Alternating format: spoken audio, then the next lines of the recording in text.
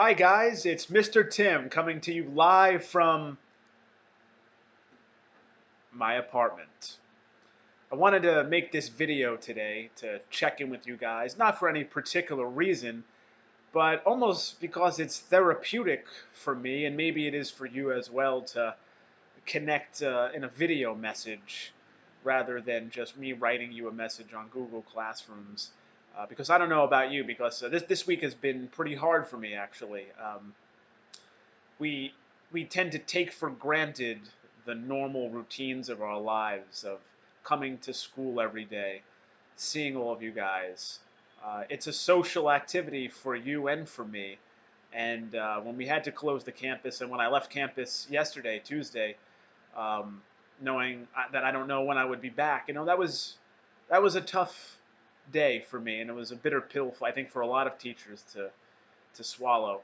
Um, so anyway, I'm going to make this video, not really to talk to you too much about the Component 3 team video project, because I'll save that for a video for next week, but to answer the prevailing question of, should we worry? How worried should we be with the current situation? I know students tend to look to teachers for reassurance.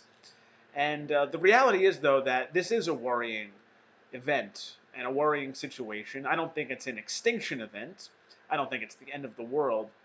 But I am worried, not necessarily for me, because I'm a very healthy and strong individual, but I'm worried for people like my parents who are in their late 60s. My dad has diabetes. My mom she's on anti-anxiety pills.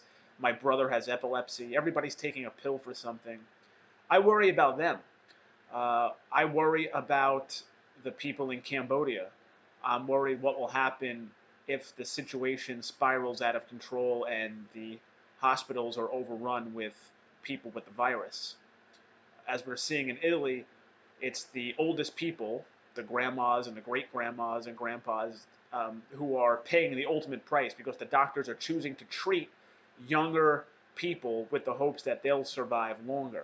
And that's not a situation that you want to get into in any country. I'm worried about my fiance, Linda. Friday we're getting married, and this was supposed to be her, from the time girls are, 5 or 6 years old, they dream about their dream wedding, their Disney wedding, and she can't have that now. It's going to be scaled down. It's going to not be ideal. It's going to not be how we envisioned it. We'll survive it, but I do worry about her, and I do worry about all of you too, because for many of you, you might not fully grasp everything going on right now because you haven't lived through a seminal moment in history. And that's why I wanted to make this video, to sort of reassure you that things are going to be okay. Things will settle down. It will get worse probably before it gets better, but things will work themselves out at the end. Um, for my generation, we lived through 9/11. 9/11 really robbed all of us of our innocence, and it changed the world. And it was a different paradigm after 9/11. For my parents' generation, it was the John F. Kennedy assassination. That was the seminal moment of that generation. And for my grandparents, it was probably the bombing of Pearl Harbor.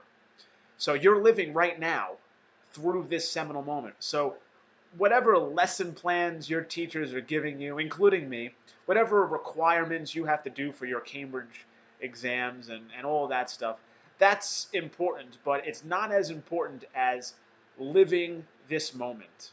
And that's why I encourage you to jot down your feelings, because it's going to be a great primary source, and it's going to be better than any lesson any teacher can possibly give you. When this is all over, to reflect critically on how you were feeling during this entire situation. Some of the coping mechanisms that we developed to get through it together, so that if it does happen again, we can maybe respond to it in a more effective way. Because unfortunately, I do think this will happen again in the future. This COVID virus might not be the one to end humanity or anything.